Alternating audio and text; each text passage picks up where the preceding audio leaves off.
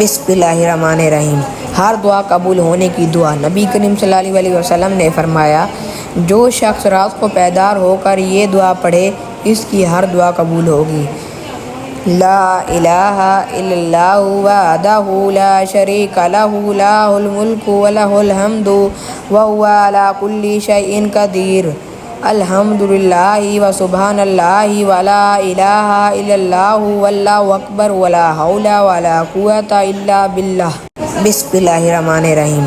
ہر دعا قبول ہونے کی دعا۔ نبی کریم صلی اللہ علیہ وسلم نے فرمایا، جو شخص رات کو بیدار ہو کر یہ دعا پڑھے اس کی ہر دعا قبول ہوگی۔ لا الہ الا اللہ وحدہ لا شریک لہ لہ الملک ولہ الحمد وہو علی کل شیء قدیر۔